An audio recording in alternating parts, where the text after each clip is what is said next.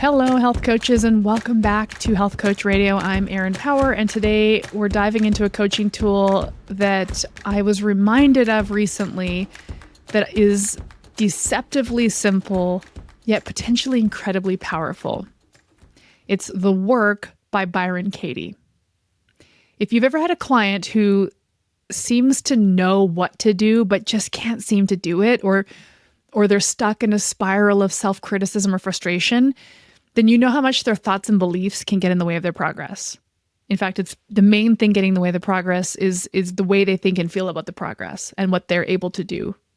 And that's where the work really comes in. It's not a diet plan. It's not an exercise strategy. It's simply a method of inquiry to try on with your clients. And it's so simple because there's 4 questions to ask. That's it. 4 questions that you can ask in the context of a coaching conversation.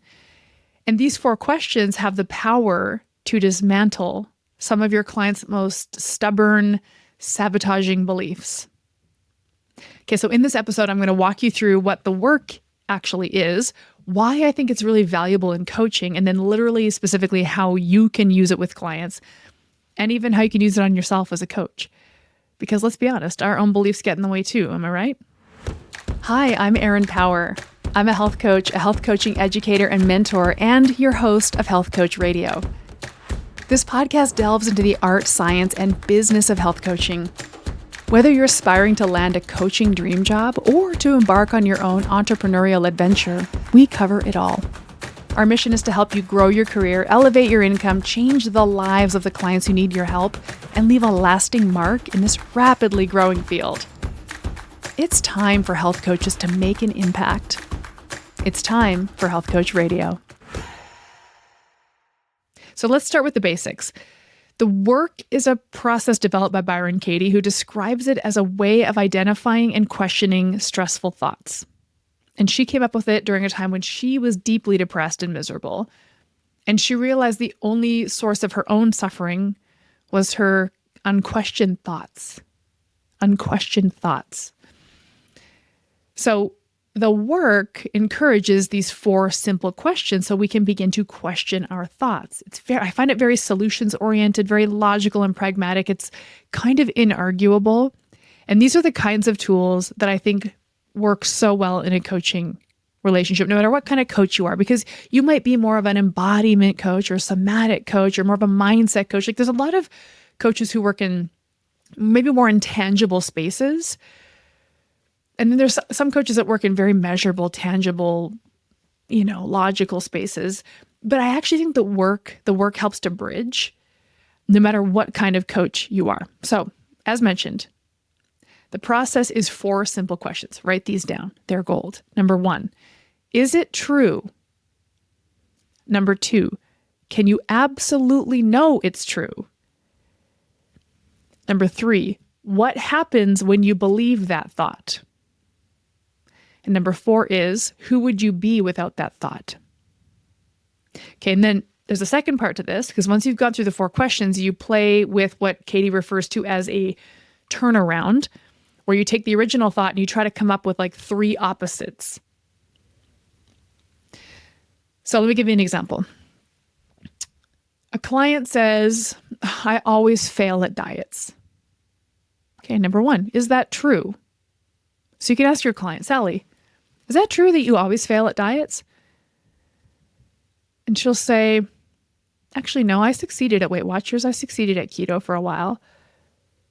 So she might have a lot of evidence in the moment that it feels true that she's always failing at diets. But when she's pressed, she might realize that she has not failed at every attempt.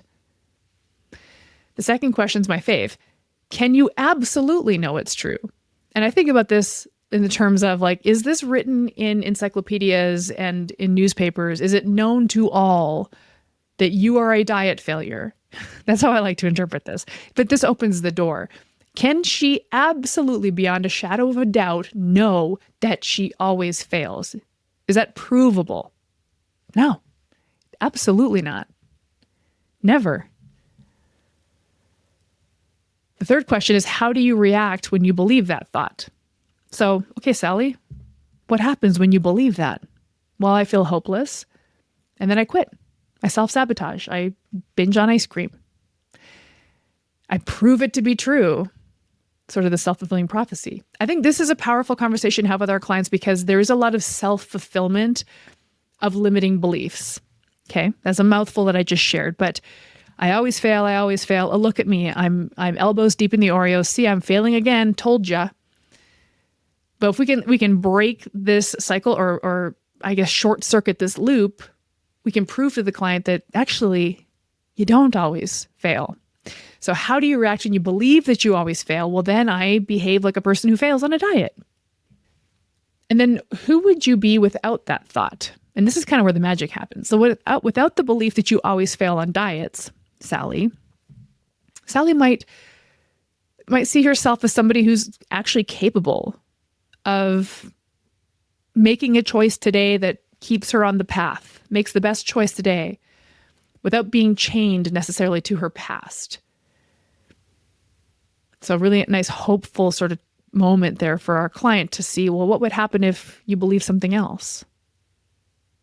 Because I mean, every belief is available to us. Okay, then we do the turnarounds though. So now you maybe would ask your client to come up with 1 to 3 opposites of the original statement. So if the original statement was, I always fail at diets, well, the opposite to that might be, I always succeed at diets. Or I often succeed at taking basic care of myself. Or diets fail me is an interesting opposite to contemplate there. I find this to be like a really interesting thought experiment. Like what if the opposite were true? What would that opposite be?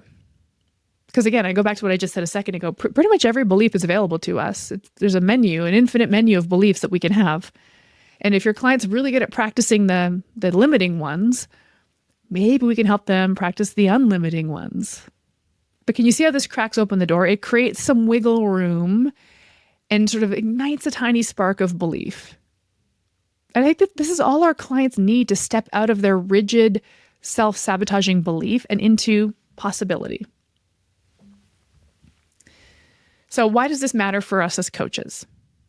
Well, as we know, most of our clients don't have an information problem. They know vegetables are good for them. They know they need to drink more water. They know they need to sleep better. They know that going for a walk is better than lying on the couch scrolling. But the real problem is the stories they tell themselves that prevent them from executing on these actions. I don't have time. I've tried everything. It's too time consuming. It's too expensive. I'll always be overweight because my mom was overweight, etc. So every single one of these is a thought and not a fact.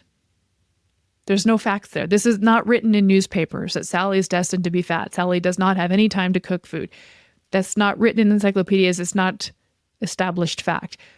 But when a client believes it's a fact about themselves, then they stop trying. They stop seeing solutions and they stop showing up for themselves. If we think it's a fact, it feels unsolvable. And so the solution you might offer as a health coach feels pointless, like it's not going to work. And they don't even want to start doing it. Or if they do start doing it, they don't want to keep doing it. Okay, let me share a coaching example. I once had a client, let's call her Sarah. And she said, I just don't have the discipline to stick to anything. That was her story. And every time she slipped up, she reinforced the story. See, told ya, I don't have the discipline. So I tried this with her. I gently used the work with her in a coaching conversation, and she started to see cracks in the logic, shall we say. So I said, okay, is it true that you have no discipline? She was like, well, okay, I do have a master's degree. I hold a high level position at my company. I go to the yoga studio 3 times a week. I raise children. I've raised them to young adulthood. This all took discipline. That's pretty cool.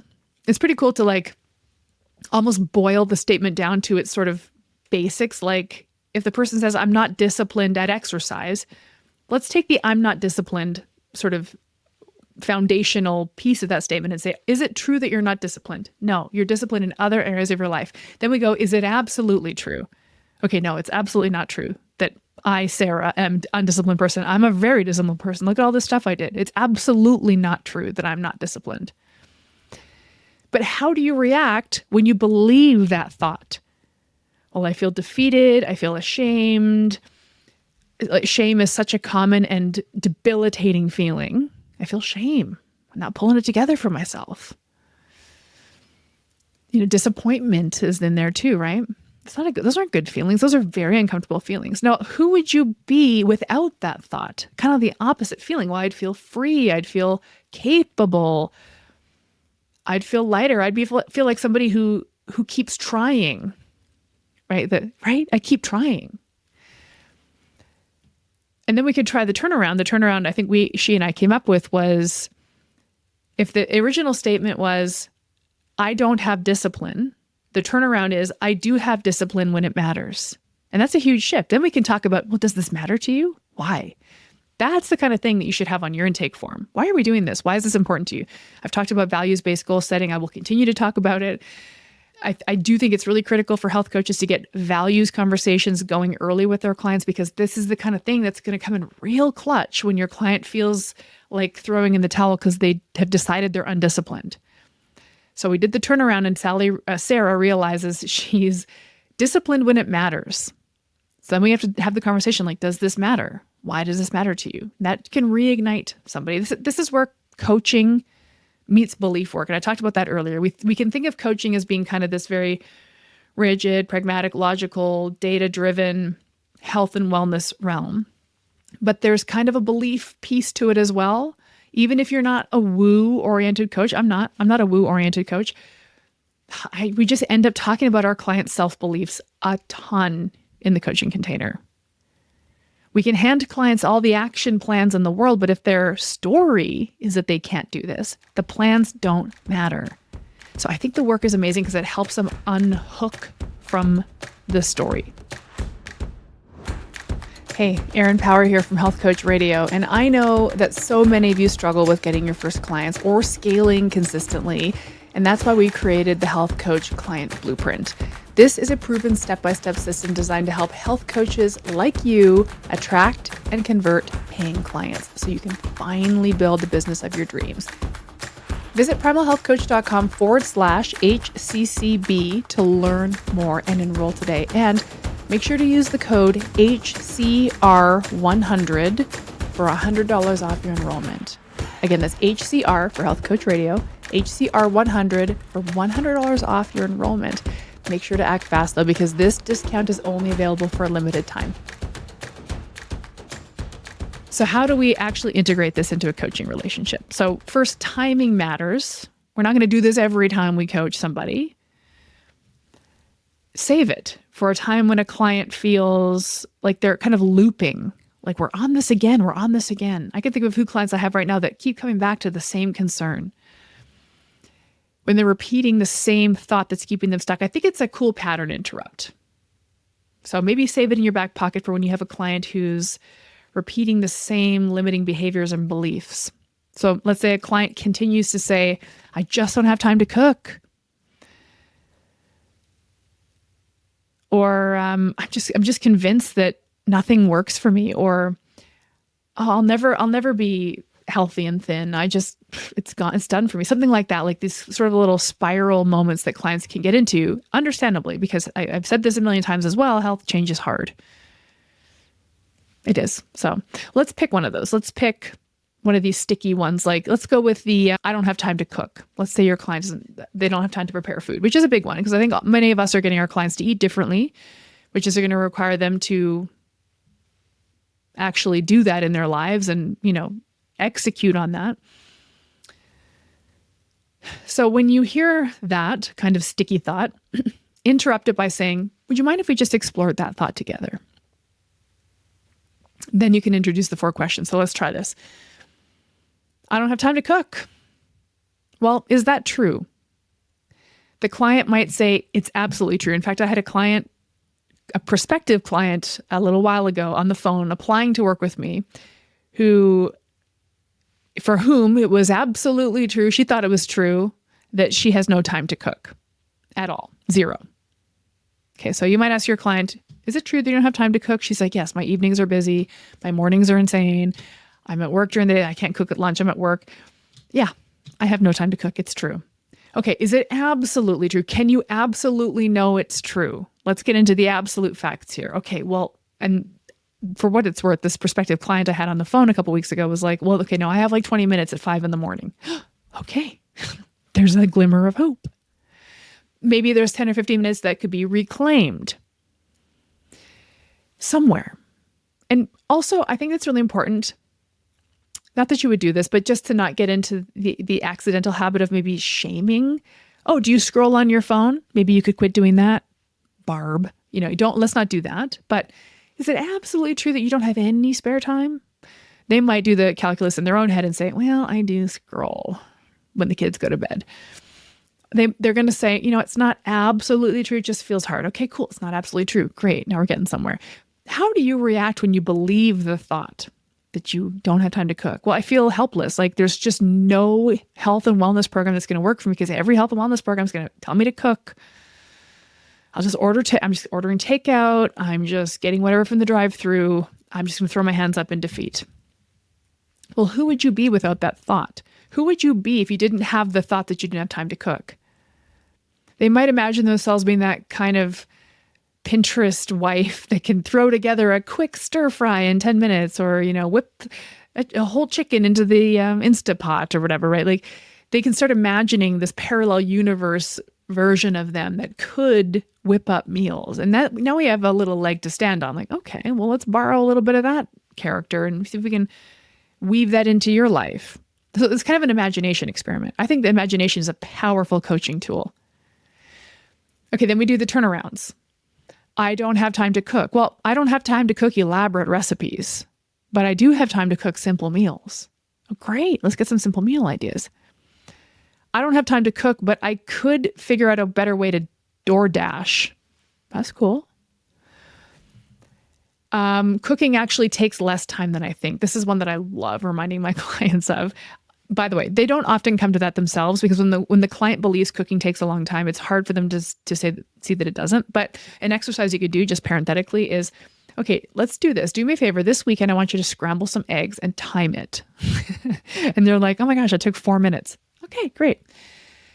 Other turnarounds you might come up with. Well, actually not cooking is taking more time because look at me, here I am jumping from diet to diet and I'm wasting time by not cooking. So there's lots of ways to do the turnarounds. But again, you might have to spend quite a bit of time with your client because when they're in kind of this mood, they're just not as playfully interested in exploring the imagination elements of this. So, that's where, working on your coaching skills is going to be really useful so that you can create a space where this imagination work feels productive.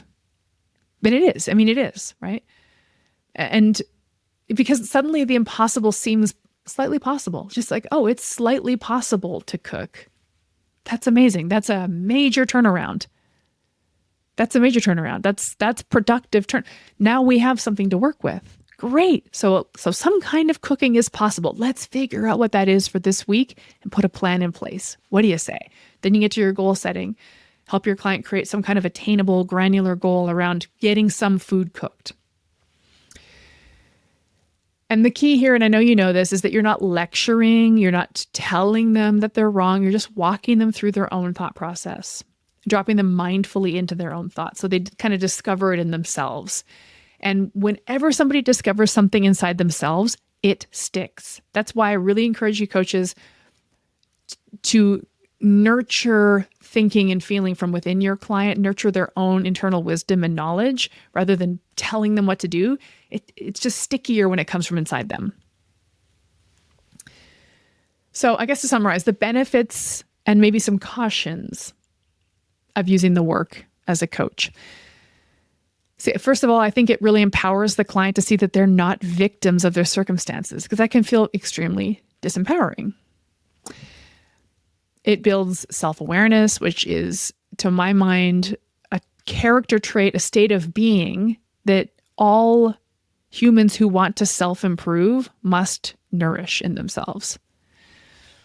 It helps them find freedom from these thoughts that plague them that feel like facts. Like that's got to be exhausting for somebody to always have that narrative running through their brain. I always self-sabotage. I always fail. I'm not undisciplined. Like that's not a really healthy, happy way of being.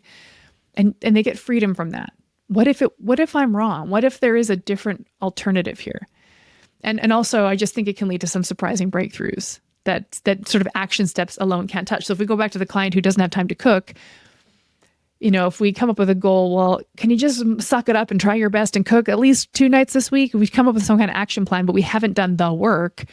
That we're delivering an action plan to somebody who really does not believe it's possible to do. We have to, again, sort of blow on this little ember of belief. But I think there was also cautions. You got to stay in your scope. We are not therapists. And I actually forget what Byron Katie's credential is. But I do believe she's in the mental health space, potentially in a licensed position. We're not, unless you are, but health coaches are not. So stay in your scope. This is not therapy. If a client's thoughts are tied to trauma or abuse, tread very carefully and refer out if necessary. And just by the way, I feel like that's something that comes up a lot more often in coaching than you might expect. I'll have to do a whole different episode on that. I've had clients who are navigating incredibly traumatic things that I'm not qualified to help them navigate. It's impacting their health journey with me, but I can't help them through it. In order for us to have the most success in the health journey, they need to probably be referred out to a licensed mental health professional. Maybe I'll do another episode on that down the line here. But another caution of using the work is don't force it. Like don't take this lesson and put it into all of your next coaching conversations. Really save it for a special occasion. And if a client is totally checked out on the process, then don't push it. It's not gonna end well. This only works well if the client is appears to be open to it. And I know you'll do this as well, but keep your compassion front and center because it's hard to work through these kinds of thoughts and feelings. And it can feel really real and kind of painful for people to confront their limiting beliefs. So hold space and try not to, argue, debate, allow the client to sort of freely think and feel and just take in the information the client's giving you. So if this intrigues you, I highly recommend diving into Byron Katie's work directly. Her book is called Loving What Is, and it's the foundational text for this approach. And I think she has tons of free worksheets on our website that you can download and try with your clients. And you can even give your clients one of these worksheets as a journaling tool between sessions. You could ask them to write down a stressful thought and then walk through the questions and the turnarounds and notice how they feel. And don't forget, you can use this on yourself too, coaches, because coaches get stuck in beliefs as well. Like, I'm not good enough yet. Nobody wants what I offer. Before you spiral, run those thoughts through the 4 questions, and you'll be amazed at how quickly the air clears. In fact, maybe trying it on yourself first would be a good little practice run. So to wrap up, the work is a simple yet profound framework for questioning the thoughts that keep us and our clients stuck. You got 4 questions and 1 to 3 turnarounds. So relatively quick and easy once you get the hang of it, and it can lead to massive freedom. Because as coaches, our role is not to hand down answers, it's to help our clients see themselves differently and nurture change from within them. And the work is a tool in that process. So my invitation is for you to try it on yourself first, and then when the moment feels right, try it with a client. Don't make it fancy, don't make it a big deal. Just 1 thought, 4 questions, see what happens. Well, thank you for joining me today on Health Coach Radio. And if this was helpful, please share the episode with any other coaches you might know. And if you try the work in your coaching, I'd love to hear how it goes. So tag me on Instagram at EatSimpleErin or at Health Coach Radio and drop me a message. Okay. And until next time, keep coaching, keep questioning, and keep doing the work. This podcast was brought to you by Primal Health Coach Institute. To learn more about how to become a successful health coach, get in touch with us by visiting primalhealthcoach.com/call. Or if you're already a successful health coach, practitioner, influencer, or thought leader with a thriving business and an interesting story, we'd love to hear from you. Connect with us at hello@primalhealthcoach.com and let us know why we need to interview you for Health Coach Radio. Thanks for listening.